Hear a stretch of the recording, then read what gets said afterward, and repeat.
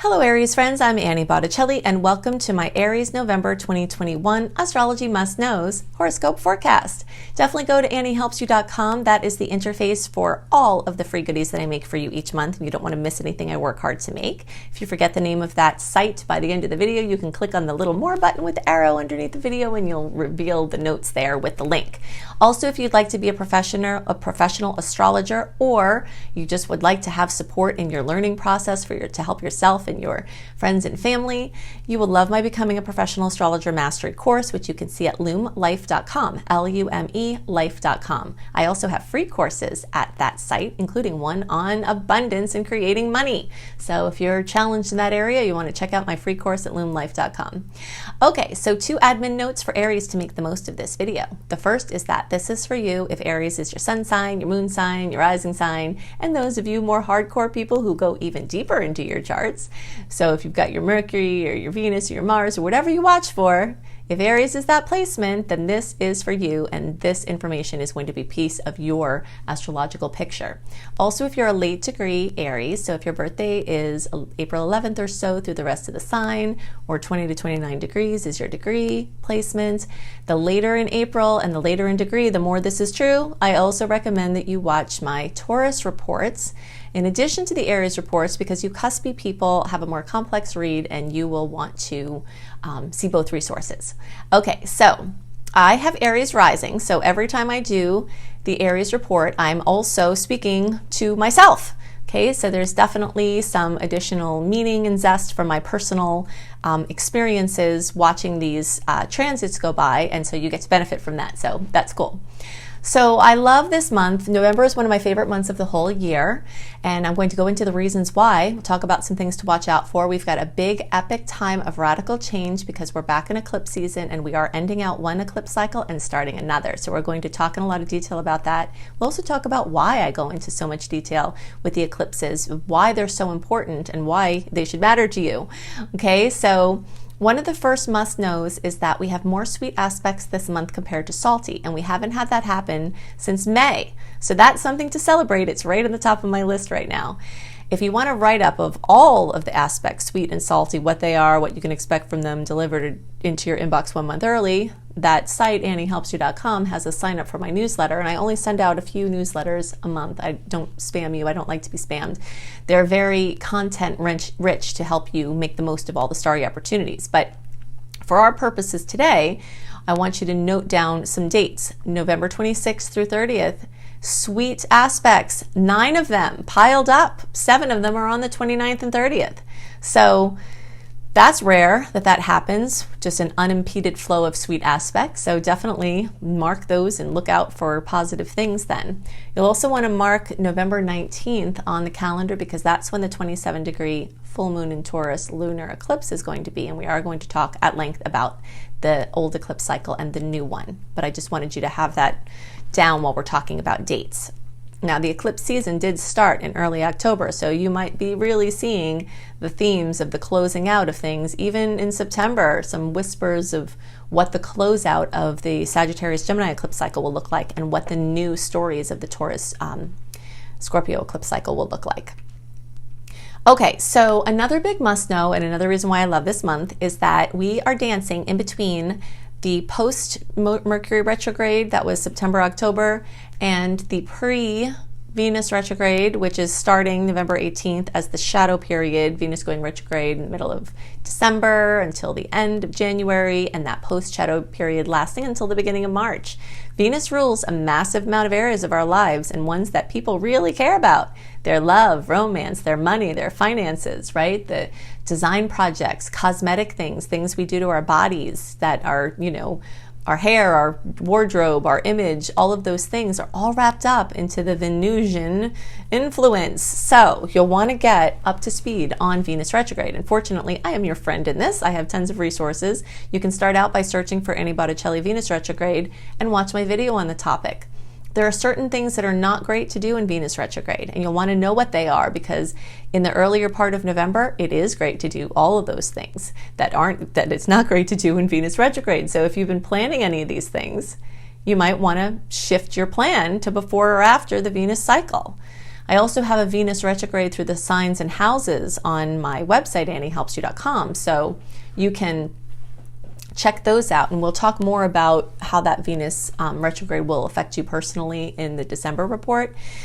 But for the purposes now, I want you to know that it is going to square your placement. Capricorn is going to make you question, the Venus moving through Capricorn and then going retrograde through Capricorn is going to make you question your work or bring things back from the past or bring affiliations back from the past. It might bring a renewed vigor, or it might bring renewed sense of, wow, why are you still doing what you're doing, right? So it's definitely going to call a lot of things into question, and there's going to be a tilt to revision, questioning, and and it's going to square your placement. So you are going to feel some pressure. Now, a lot of Aries placements are going to feel this pressure, not from something bad, but from something amazing, which is like your work is blowing up in awesome ways, and that you're expanding, and you've got a lot of projects, both from the Sagittarius Gemini eclipse cycle closing out and from this Venus placement, that you're wrapping up some things, and maybe your work is in super demand and you're just crazy busy, and the square could just be coming from the pressure of doing a lot of cool things. So it doesn't have to be a bad thing, but just know the pressure is going to be on, and sort of the lollygagging, laid back complacency that was going on when Jupiter was in retrograde from, like the spring or fall down under until October, that kind of chill out is definitely not going to be going on, and you are going to be so busy, so busy, and there is going to be a lot of stuff centered around your creative projects, your work, your career, and in some cases it might be family members, things with your family members and things like that, but definitely a lot of potentials. If you're an Aries placement that doesn't work or doesn't need to work, this can have to do with your father figures, your bosses, previous bosses, or it can have to do with your work out in the world, or just giving your service. Maybe you were a teacher for 30 years and you're retired now and you're wanting to help people, tutor them or something. Something with your service out into the world, whether you're making money or need money or not, is a big topic that's going to come up. And of course, as I've been talking about over the years, Pluto has been moving through our 10th house of career and work. And it's not done yet. We still have some years where Pluto is saying grow or die in your work and career sector and in your service, your place out in the world sector. So, you might have been forced to adapt to an ever-changing climate in your work service sector, and that is not letting up yet. So just kind of keep plugging along, and in the places where you are boldly moving forward, which is kind of the area of the domain of Aries anyway, right? We're pretty good at that overall, but your rest is over as far as, any complacency that might have come in with Jupiter in retrograde, because now everything is blazing forward. Also, we've got a couple of months left of Jupiter being in Aquarius, which has been a super favorable sign for us.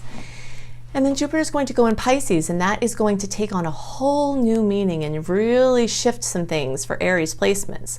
So if you're trying to do something, accomplish something, get something out in the world, be seen, be active, launch some things, plant some seeds, this November timeframe is critically important, because once Jupiter gets into Pisces, it's going to be all about the internal and the intuitive. And, if you're going to be writing or doing art things and all that, it can be really great energy for that. But it is kind of like a very womb-like experience. And so from January into, for, the first quarter-ish of the year of 2022, Jupiter being in Pisces is really like a resting stage again of getting ready to burst your even bigger projects out, because when Jupiter goes into Aries, woo, look out. This is like a whole rebirth on a whole new level and expansion in every area of your life. But we've got like an active time here in November. Then we're going to kind of like go into the womb-like space, and then you're going to burst out kind of like spring into summer of next year, or fall and winter for you all down under next year. you're going to have a very big rebirth. So I just wanted you to be aware of that cycle that is ahead. Now, Saturn is still going to be moving through Aquarius for a while, which is good news for Aries placements. It's definitely been helping us to fine-tune our friendships, fine-tune our groups and people who we have resonance with or don't have resonance with. It's also helping us to fine-tune and bring to life web-based projects or web-based work or school or anything like that.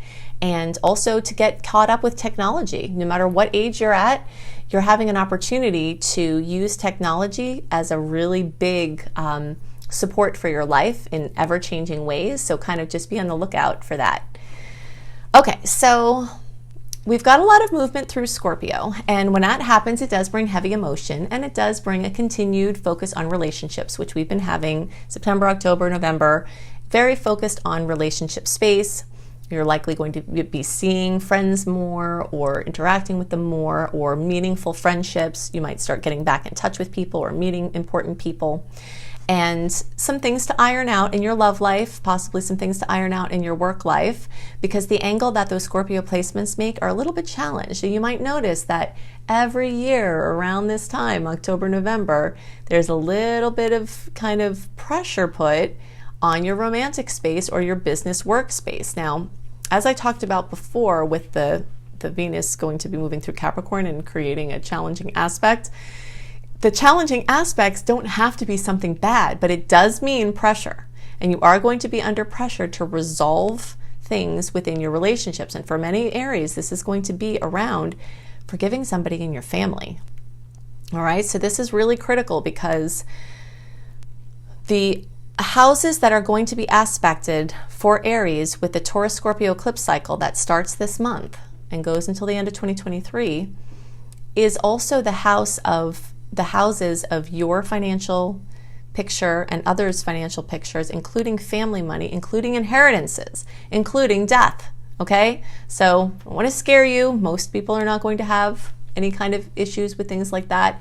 But the 8th house, having eclipses, does bring the topic of mortality to the picture. And it doesn't always mean that somebody passes away, but it does often mean that mortality is called into question in such a way that people reevaluate their lives, they reevaluate their relationships, they reevaluate their finances and their wills and their estates. And that topic is coming up very strongly. And because there is this looming thing with like family members or somebody close to you with unresolved stuff, it's really important that you look within your heart and really see, are there people in your life that if they were to pass away and you did not get to work things out with them, that you would regret it for the rest of your life? And if that is the truth, then you have to put some effort into working things out with these people. Okay, so that is very big. Now, that could be going on, or you could just be merging deeply with someone on creative projects and maybe you're not seeing eye to eye, or maybe you are seeing eye to eye, but the pressure's on now to bring the finished product or to show up with your work and your gifts. Okay, so the pressure's on, the relationships are highlighted, and the emotions might be high. Something else that's happening is Venus completes its movement through Sag. We have a few days left of that at the beginning of the month. The sun is going to get into Sag, and of course the eclipse is in Sag. And all of those, and that's the December eclipse. And all of those are super positive for Aries placements. So you might see something with immigration or teaching or learning or education or different countries, different cultures, different languages, perspectives, enthusiasm, optimism, writing, publishing, things like that, activating in a very, very big way at this time, and it is very, very exciting. Okay, let's see. Okay, so in order to get more into the eclipses, I actually have some resources I'm going to refer you to. We've touched on some of the things here. But it's also important to go deeper because this is going to be an intense time. It is a big must know that the eclipses are connected to our North and South node. The North node is our areas of highest expression this lifetime. The South node is our areas of karma and, things that we came in with and our gifts, but also our lessons. And so at eclipse time, November and December, we bring all of that unconscious energy of our karma and our dharma, what we're supposed to be doing and what we are doing, brings up to the surface. and is reflected out in very tangible ways in our lives. So you have a huge opportunity to clear karmic decks. And because we're at the end of this Sag Gemini eclipse cycle, like really casting something into the fire that is no longer working for you, and old, garbage that really is just interfering with your life. And you have a chance to see the next areas that you're really going to be working on in the next couple of years with the new eclipse cycle. So I would suggest that you go to my YouTube homepage, or you can search organically for Annie Botticelli and the names of these videos I'm about to give you. For Aries, I suggest eclipses in Taurus, eclipses in Sagittarius, and let's see. And for those of you who are later in the sign, we'll say, basically, we'll just say the April born, and then 10 to 29 degrees just to be on the safe side. I also suggest you watch my eclipses in Aries / the first house, because in the Placidus chart, the later you get into the sign, the more the eclipse and the other energies shift back. And so some of those eclipse energies might be in the first house for some of you April born or later, middle to later degree placements. So between all those videos, plus my Venus retrograde resources, plus what we talked about here, plus when you go to anniehelpsyou.com, then you'll be very well covered to work with all of these amazing potentials in all of the best ways possible. Well, as usual, I've given you lots of information to help you make the most of the starry opportunities. If you'd like even more information, you can go to anniehelpsyou.com, which is where you can connect in with my podcast, all of my blog sites, my books, my courses. I've got all kinds of free goodies, so you can check all that out at anniehelpsyou.com. You can check out my school, lumelife.com, L-U-M-E, life.com. That's my school, Luminous Life Multiversity. And if you'd like to be a professional astrologer or just learn astrology because you love it and you want to help yourself and your friends, you can see my course there, Becoming a Professional Astrologer Mastery Course. If you think I go into a lot of details with the free offerings that I do every month, then you should see the details I go into in the comprehensive, organized nature of this course that will equip you to do whatever you'd like to do with astrology. I hope you have a wonderful month, and I'll see you next month. Bye!